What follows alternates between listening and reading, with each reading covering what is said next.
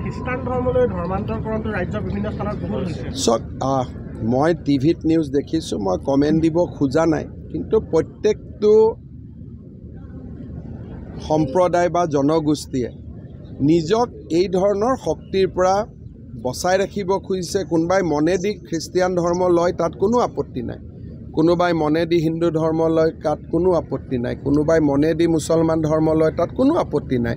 কিন্তু বেমাৰ ভাল কৰি দিম, এইটো কৰিলে বেমাৰ ভাল হৈ যায়, এইবিলাক যি অপপ্ৰচাৰৰ জৰিয়তে দুখীয়া মানুহক কনভাৰ্ট কৰা হয়, সেইটো ভুল কথা আৰু সেইটোৰ পৰা আঁতৰি থাকিব লাগে। কিন্তু যদি কোনোবাই মনে প্ৰাণে বাইবেলক ভাল পাই খ্ৰীষ্টিয়ান হৈছে, আমাৰতো ক'বলগীয়া নাই।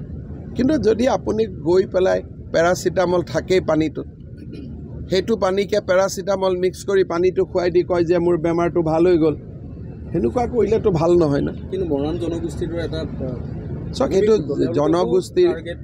জনগোষ্ঠীৰ ৰাইজে ইয়াৰ ওপৰত বিচাৰ বিবেচনা কৰক। আমি ৰাজনীতি কৰা মানুহবিলাক ইয়াৰ পৰা দূৰত থাকোঁ। পিছত ৰাইজে যদি কিবা আমাৰ পৰা বিচাৰে দেখা যাব। বৰ্তমান এইটো জনগোষ্ঠীৰ ভিতৰৰ সমস্যা, আমি তাত মাত মাতিব খোজা নাই। নিৰ্বাচনৰ সময়ত এই টকাৰে আচলতে জয় হৈ আহিছে নেকি এই সাংসদ, যি কথা আপুনি উল্লেখ কৰিলে?